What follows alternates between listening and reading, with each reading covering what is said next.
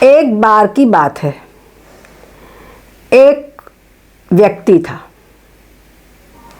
किसानी करता था, उसको बाग बगीचे लगाने का बड़ा ही शौक था। खूब बढ़िया उसके पास में पीछे ज़मीन थी।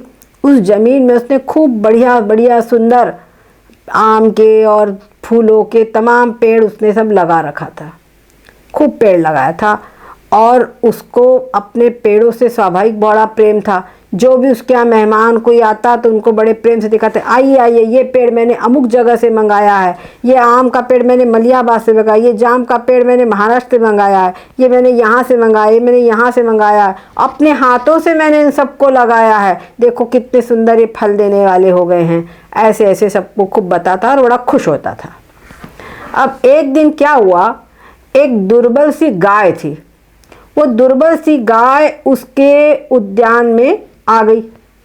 ब्राह्मण घबरा गया, क्या होगा, वो जो आदमी था वो घबरा गया, क्या होगा, तो मेरे सब इसको खा जाएगी पेड़ पौधों को। तो उसने एक लाठी लिया, उसके ऊपर वार करा। लाठी पे वार करने से ये हुआ कि गैया अधमरी थी ही वहीं पर गिर करके टे हो गई। अब क्या करे, ये तो गोहत्या का पाप लग गया है। सारे आसपास के लोग उसको बोलने लगे कि अरे तुमने तो गोहत्या की है, तुमने तो गोहत्या की है। अरे नहीं नहीं, मैंने गोहत्या नहीं करी हूँ।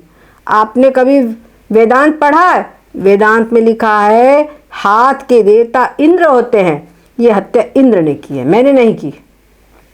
इस प्रकार से उसने कह के सबको झांसे में ले लिया। अब कुछ दिनों के बाद में उसकी मृत्यु हुई। पहुँचे यमपुरी, तो यमपुरी में उनका लेखा जोखा लाया गया तो बताया गया कि गोहत्या इनके खाते में है।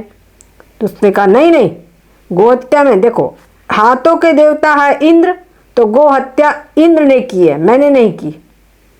तो इंद्र बुलाए गए, इंद्र को बुलाया गया कि आपके खाते में इस प्रकार से गोहत्या है।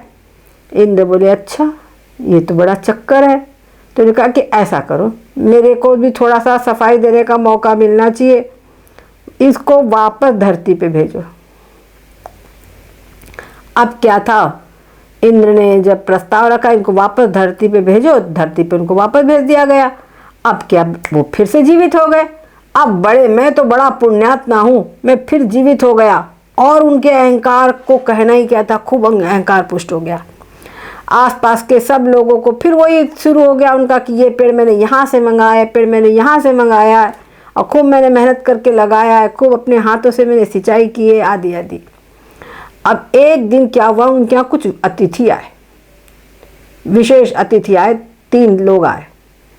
तो 3 लोग जब अतिथि लोग आए तो उनके यहाँ पर उनने बातचीत की। अब ये उनको अपना उनकी थोड़ी मेज़बानी किया और पूरा अपना बगिया उनको दिखाने लगे, ये पेड़ अमुक जगह से, ये पेड़ अमुक जगह से, इस प्रकार से ये मैंने अपने हाथों से इसकी सिंचाई की है, मैंने अपने हाथों से ज़मीन की गुड़ाई की है, अपने हाथों से मैं इधर की सब गंदगी सफाई करता हूँ, मैंने अपने हाथों से ये कार्य किया है। अब वो इशारे में वो बोलते रहे, नोट करते जाइए, नोट करते जाइए।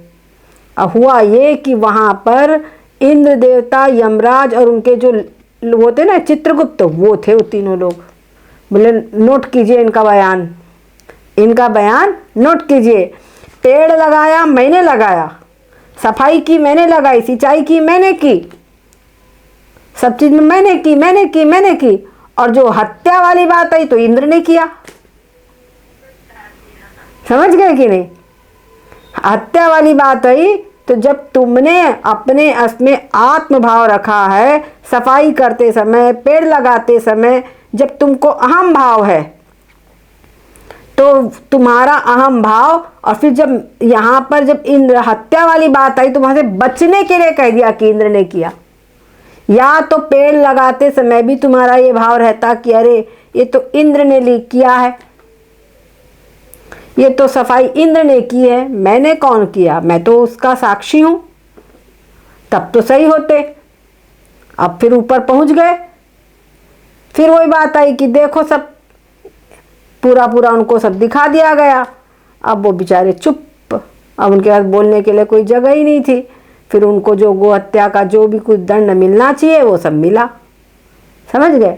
तो ये सब बताया गया कि हाथों के देवता अमुक चीज़ की, ये हमारे चिंतन के लिए है, ये हमारे चिंतन के लिए है कि ये जो चीज़ है, आँख देखती है, तो आँख देखती है तो उसका जो त्रिपुटी है वो जो हो, उसका जो आनंद लेता है वो सूर्य लेता है, वो सूर्य देवता है उसके। इस प्रकार ये त्रिपुटी, ये सब पूरी 14 त्रिपुटियों का मैं साक्षी, इनसे न्यारा हूँ, इनसे अलग हूँ। तो शुभ कार्य करते समय भी अलग हूँ और अशुभ कार्य, पहली बात तो जो सही जिज्ञासु होगा उससे अशुभ कार्य होगा ही नहीं, अशुभ कार्य उससे होगा ही नहीं, क्योंकि यहाँ पे पहले ही बता चुके मल विक्षेप जाके नहीं, है ना। तो उसका मल तो पहले ही समाप्त हो चुका है। जब मल समाप्त हो चुका है तब इस डिग्री पर वो पहुंचा है कि मैं किसी प्रकार से ये कार्य कर सकूं। जब मल समाप्त हुआ है तब उसके अंदर में ये योग्यता आई है कि मैं आत्म साक्षात्कार कर सकूं, ये शरीर से अलग अपने आप को अनुभव कर सकूं। तो यहाँ पे बहुत सावधान रहने की आवश्यकता है, कभी ऐसा ना हो।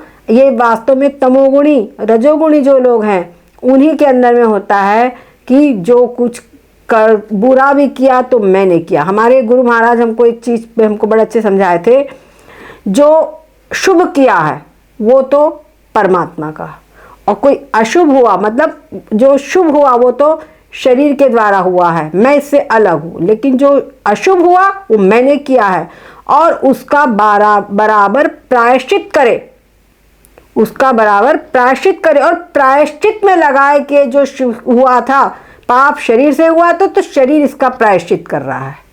ये यहाँ पर इस प्रकार की वृत्ति लगा, ये धोखा न कहा, अरे मेरे को प्रायश्चित करने की क्या जरूरत, ये तो शरीर ने किया है। तो ऐसे में तो क्या होगा, जो वेदांत पढ़े वे वो महा भ्रष्टाचारी बन जाएंगे।